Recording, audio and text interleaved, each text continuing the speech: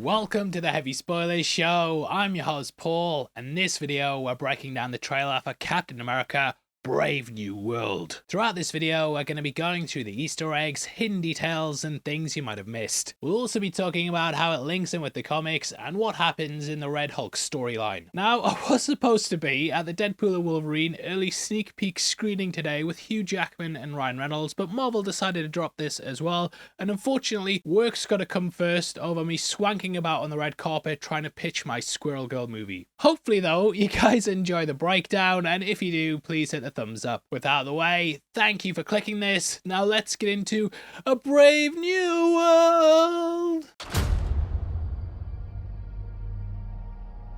Wilson. Thanks for coming in. Well, thank you for the invite, sir. I have to admit, I'm still getting used to the new look. They said lose the mustache or lose the election. You and I haven't always agreed in the past, but I want to make another run at making Captain America an official military position. And if we disagree on how to manage this situation, then what happens? Work with me, Sam. We'll show the world a better way forward.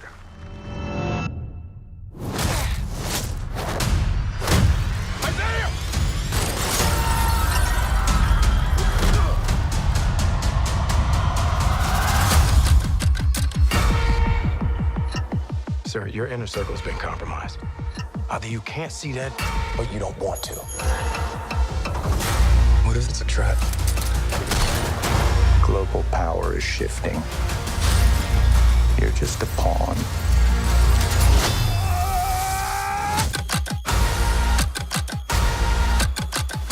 You may be Captain America, but you're not Steve Rogers.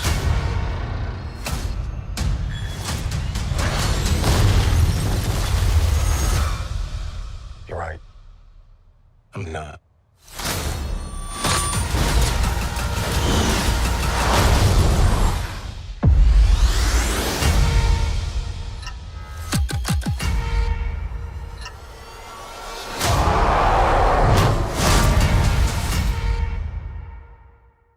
So this picks up in the aftermath of several things across the wider MCU. There's plot threads here that have been dangling for decades, and we're finally getting the return of some characters. The first of these includes Tim Blake Nelson, who will be starring in the film as the leader. All the way back in The Incredible Hulk, he got hit with some Hulk blood. This has turned him into the big villain, and it's going to be interesting to see where they go with him. Liv Tyler is also back as Betty Ross, and her father's now being played by Harrison Ford. He's now President Ross, building off the back of the events of Secret Invasion. Sounded like a one-term president, and yeah, crisis averted, mate. The Skrull human war's over. Time to just chill out, Nick Fury, and go into space with your Skrull wife. Could you not, like, turn into Dua Lipa for one night, maybe? Alicia Keys in the noughties? Goddamn! On top of this, we're also going to have some characters from Falcon and the Winter Soldier, with Sebastian Stan returning as Bucky. Danny Ramirez will join him as Joaquin Torres, along with Carl Lumley as Isaiah Bradley. Julia Louise-Dreyfus is here as Valentina, and we're getting the additions of Sabra and Diamondback. They're played by Shira Haas and Rosa Salazar respectively, and yeah, it's a big cast of characters from over the years. Except for them two, obviously. Now Sam goes in to see President Ross and says how he's not used to the new look. They do a little joke here. Yeah, they do a little joke about how he shaved his mustache, which is why he looks completely different. This is of course a little acknowledgement about how they had to recast the character after the passing of William Hurt. It also kind of gets rid of one of the big criticisms in the comics, in that people didn't understand why the Red Hulk didn't have a tash. After dragging out the mystery for years and years, we finally found out that Ross was the character. When transforming though, his tash disappeared, which had people like, huh? Now I will talk about the Red Hulk storyline more in just a bit, but this is sort of a nod to not only the recast, but also the comics. It's also clearly doing the nudge nudge wink wink thing that they did at the start of Iron Man 2 when Don Cheadle replaced Terrence Howard. Honestly, I think it's a great way to handle it, and it also leads into the next meta thing. Ross is aware of all the good that Sam's doing, and he wants to help him rebuild the Avengers. Don't we all, mate? Now, I think one of my criticisms of the last couple of phases is that we haven't really had a movie that ties it all together. Phase 1 to 3 set up several characters, and then they'd crescendo with a big movie that brought it all together. That's been completely absent since Endgame though, and because of this, it all just feels like Marvel's lost its cohesiveness. To me at least. However, we know that Wong's been added in as well, and that his mission will be about bringing them together too. During Shang-Chi, he was of course meeting with other Marvel heroes and clearly building bridges with Shang. We know from CinemaCon that this is also going to be a big moment in the movie as well, as they then lead into a press conference with several world leaders. Isaiah Bradley and Torres are there along with Sam and Ross, who gives a speech about how the pair have made the discovery of the millennium. This comes from a Japanese mining village, and I think it's going to be revealed to be adamantium. My Time to Shine Hello posted recently that adamantium's going to be in the movie, and that in the MCU it absorbs radiation. This makes it highly effective against any Hulk, and it was apparently discovered in liquid form in Japan.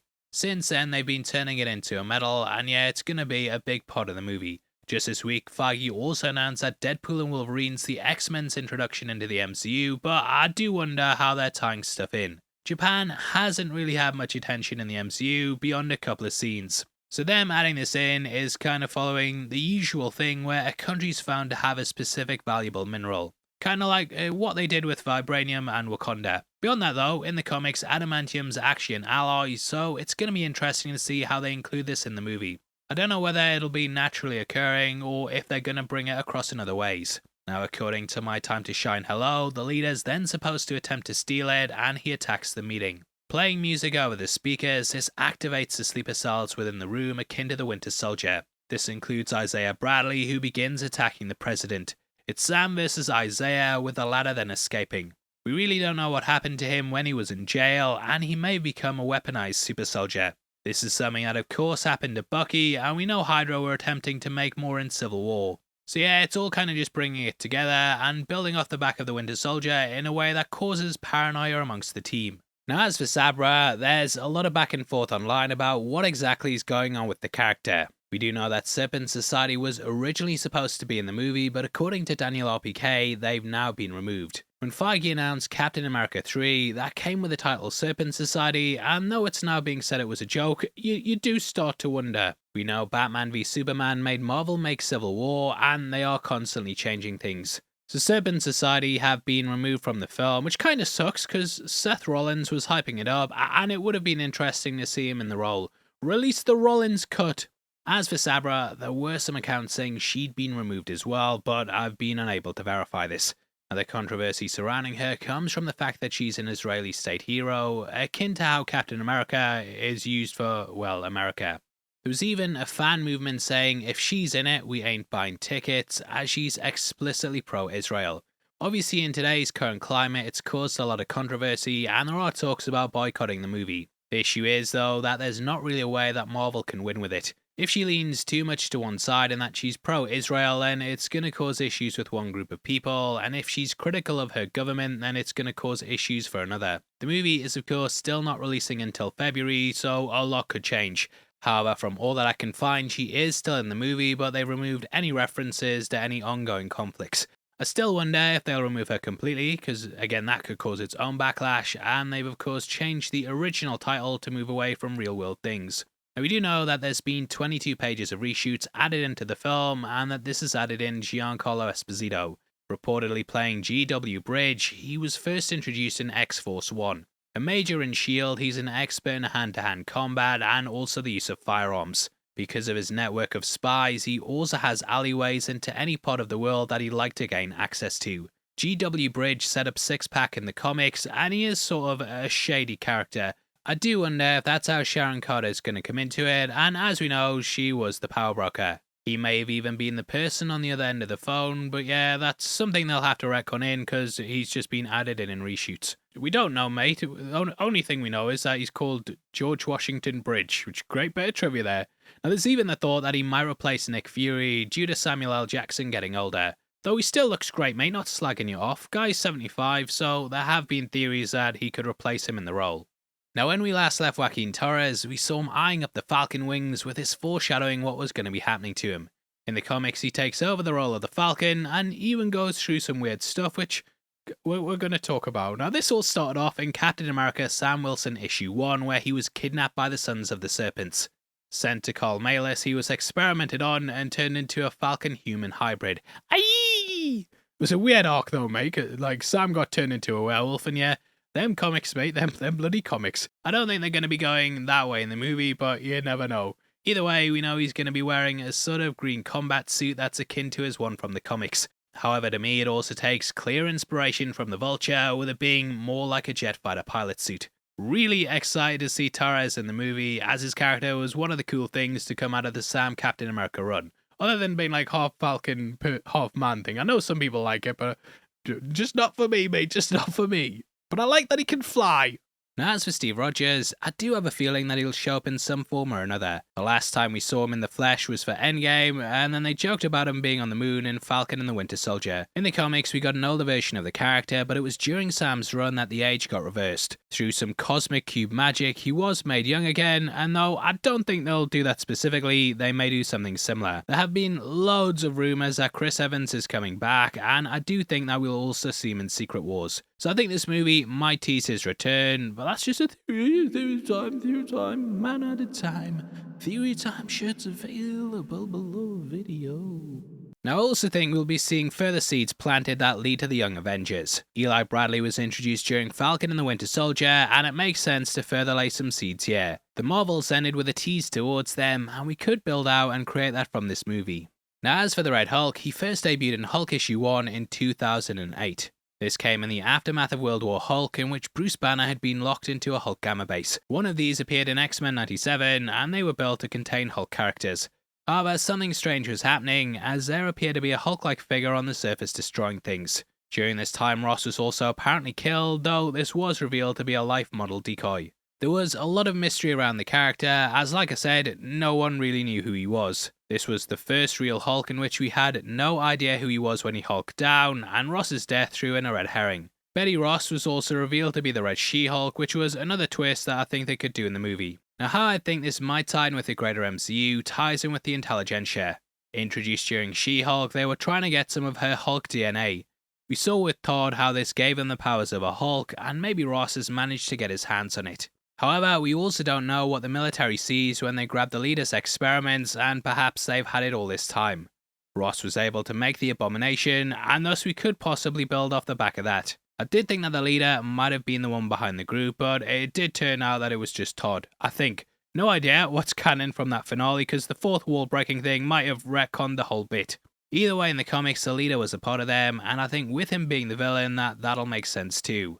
Now, the Red Hulk started off as a villainous character, but eventually he became good. This got to the point he even joined the Avengers, and he's been a hero pretty much since that initial arc. Before Civil War II, Ross was also arrested for deserting his country, which is something I don't think will happen. They're clearly just skipping most of his origin for the whole part, but I do wonder if Ross is going to go back and forth. I feel like he is going to be a villain, or that at least Sam will tussle with him a bit, and having to fight the president while being Captain America, it would be a big way to take things. Now, if you want to help support the channel, then definitely check out our merch store right below the video. On it, we've got our Marvel It's All Connected shirt that will help you show your mates you know exactly what Feige's up to. We've also got ones for the boys as well, and lots of House of the Dragon stuff, so yeah, stuff to check out, and huge thank you to everyone who's picked one up. You getting these makes a massive difference to the channel, and they're great as a gift for someone you hate, so thank you. Now, in regards to the movie itself, there's been a lot of controversy behind the scenes surrounding it. You might remember a couple of weeks back that Marvel actually filed a lawsuit to get the name of someone who'd leaked a still from it. And I've got him, officer.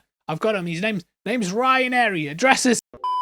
On top of that, though, the movie's been delayed multiple times, with there being reshoots on top of reshoots on top of reshoots. Gonna be like the most expensive movie of all time, so it's gotta be good, right? Early test screenings called it meh, and capped mid-merima, and this kind of dropped during that big Marvel restructuring. Several shows were delayed, like Agatha and Ironheart, and we had Daredevil being reshot from the ground up. Now, while this normally spells doom for a studio, I'm glad they looked at their work and said that they didn't think it was good enough for what fans expect. Hollywood is going through a tough time in the moment in terms of box offices, and even big movies aren't guaranteed to make big money. So I actually appreciate they've gone back and reworked things, even though the optics of it might seem like they're panicking. I even think they might have reworked Sam's suit so it's more in line with Steve Rogers' version, as early images of it look a lot different to how it looks here. Just seems like they're constantly adjusting to fan feedback and listening to what the response is, which, you know, it does show that they at least appreciate that people people like their stuff. So yeah, I think this is going to be really solid, and Harrison Ford's obviously a massive addition who I think will be the big talking point around the movie. It's rare he puts his name to massive franchises like this, and though he's led some of them from the front, it's rare if ever that he joins them when they're 10 years deep. Having him as General Ross is also a really big character move, and the Red Hulk storyline's absolutely brilliant. I think if they can bring elements of that into it, it'll create a great film to kickstart Sam as Captain America. I know Falcon and the Winter Soldier did it, but I'm talking about the big screen. This is a massive test for Sam, but it also highlights the political aspects of the movie. Having the president in it as one of your big threats, who you're not sure exactly what to make of him, that could make this akin to something like The Winter Soldier. I still think that's one of the best MCU movies ever, and I'm really hoping they go a similar route. With like a political thriller with like a big Red Hulk man. Tim Blake Nelson's also said it's very grounded in reality, and yeah, comments like that make me excited to see what's in it, because there's nothing more grounded in reality than a guy with a giant big brain who looks green. Beyond that though, I'd love to hear your thoughts and also what you guys want to see in the movie. Please drop a like on the video, and if you want to support the channel as a member of the Spoiler Society, then please click the join button.